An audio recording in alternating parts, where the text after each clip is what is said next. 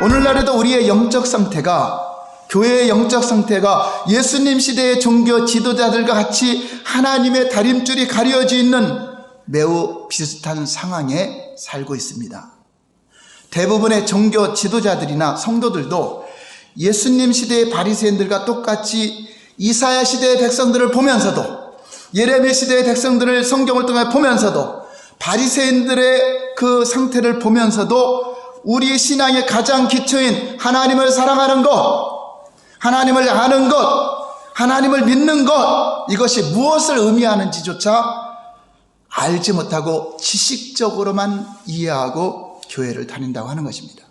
그래서 십자가의 복음은 이제 하나님을 아는 것이 무엇인지, 하나님을 사랑하는 것이 무엇인지, 하나님을 믿는 것이 무엇인지 여러분 계속 기대하시기 바랍니다. 자, 오늘날에도 이것을 모르고 신앙생활하면 똑같은 상태가 될 수 있습니다. 하나님의 다림줄을 떠나 있으면서도 자기는 구원받았다고 착각할 수 있죠. 여섯 번째, 하나님의 다림줄이 가려지면 성경을 읽어도 하나님의 올바른 음성을 듣지 못하게 된다. 소경이 되고 기모거리가 되기 때문에 올바른 음성을 못 들어요. 설령 성경을 100번 통독하고 신약 성경 전체를 외운다 할지라도 성경을 통해서 목이 터져라 외치시는 오늘날 저와 여러분들에게 하시는 주님의 음성을 듣지 못한다고 하는 것입니다. 지식적인 하나님, 성경적인 하나님만 가지고 외칠 뿐입니다. 모든 성경은 하나님의 관점에서 쓰여져 있습니다. 다시 말해서 성경은 하나님이 시대마다 어떻게 보셨는가, 어떻게 평가하고 있는가를 기록하고 있는 것입니다. 그래서 우리가 성경에서 하나님이 말씀하고 계신 바를 이해하려면 반드시 하나님의 관점으로, 다시 말해서 하나님의 다림줄을 바라 하나님의 의도를 깨닫고 성경을 볼 수 있는 눈이 열려야 된다고 하는 것입니다. 여러분, 이사야 시대의 백성들, 우리가 계속 예레미야 시대, 이사야 시대를 많이 보고 있죠. 아모스 시대를 보고 있죠. 왜냐? 그들이 왜 멸망했는가, 왜 심판받았는가에 대한 경고를 우리에게 해주는 것입니다.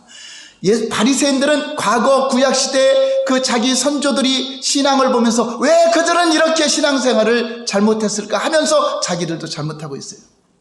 오늘날도 지금 이사야 시대를 보면서 우리가 그때 살았으면 그렇게 안 할 것이라고 생각하면서도 동일한 상태로 살고 있기 때문에 똑같은 상황이 오는 것입니다. 이사야 시대 백성들의 상태, 이사야 1장 4절 볼까요?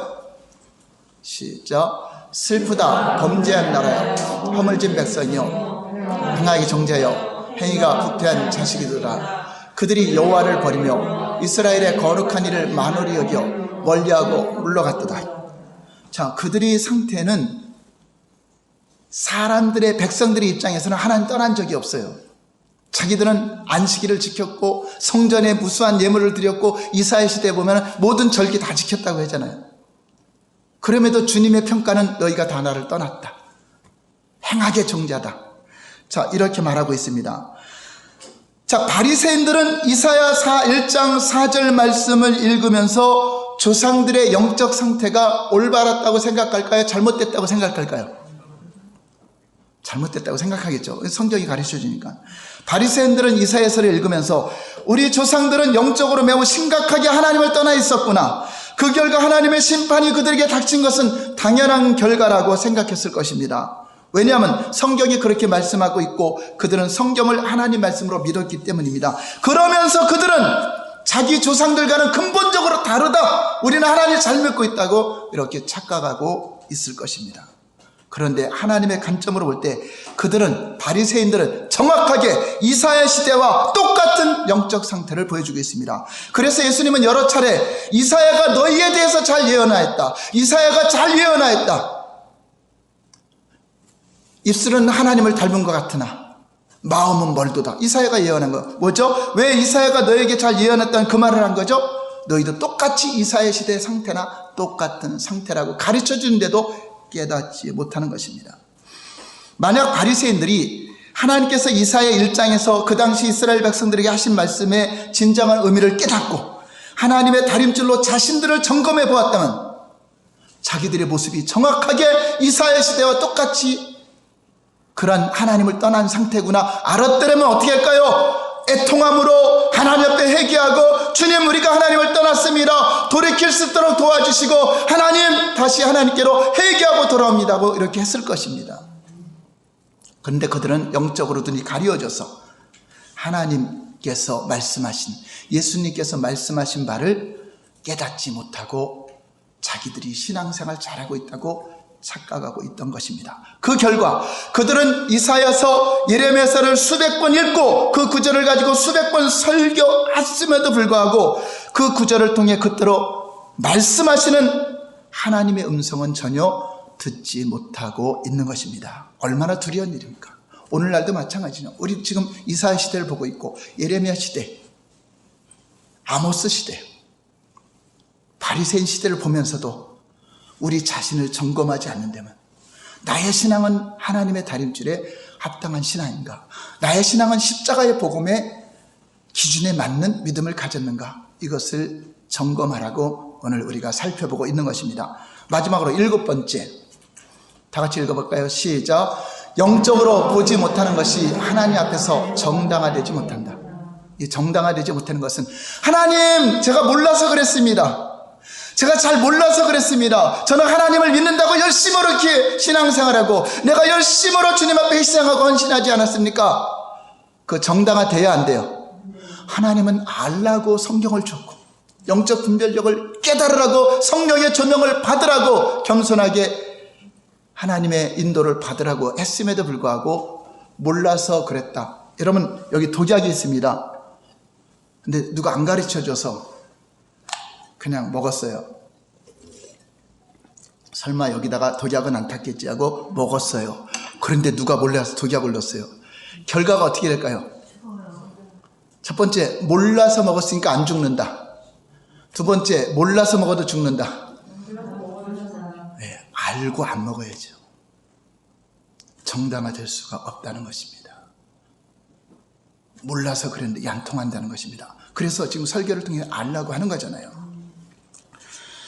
이렇게 영적 분별력이 가려지면 이사야 시대 이스라엘 백성들이나 예수님 시대의 바리새인들처럼 하나님을 천리말리 떠나 있음에도 불구하고 그 사실을 전혀 모르고 교회 다니고 있기 때문에 자기는 하나님을 떠나지 않았다라고 생각합니다. 오히려 또 그들은 반대로 생각합니다. 하나님의 심판이 코앞에까지 닥쳐있는 상황에서도 자신들은 누구보다도 신앙생활 잘하고 있다고 평가를 하고 있습니다. 그런데 심각한 문제는 자신이 몰랐다고 해서 그것이 하나님 앞에 정당화되고 변명이 될 수 없다는 것입니다. 그러므로 영적 분별력이 가려지는 것은 철저하게 자기 자신의 책임이라고 하는 것입니다.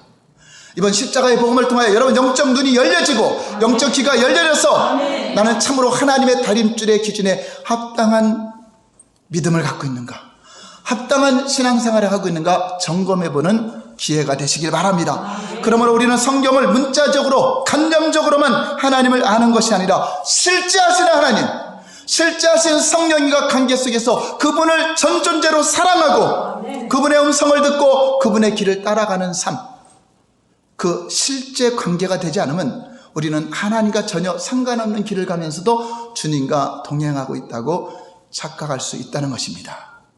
우리 하나님은 이론의 하나님이 아니라 관념의 하나님이 아니라 실제로 저와 여러분과 함께하고 계신 분입니다. 그분은 몸이 없어서 육안으로 볼 수 없지만 실제로 우리를 사랑하러 오신 분이고 사랑하신 분이고 그분을 우리는 반응하는 것입니다. 주님 나도 사랑합니다. 주님 그 사랑 표현할 수는 없어도 표현하지 못해도 너무나 주님을 사랑합니다라고 고백하며 실제적인 하나님을 경험으로 아시고 하나님을 교제하시고 하나님의 인도를 받아 하나님의 다림줄에 합당한 저와 여러분 되시기를 예수님 이름으로 축원합니다.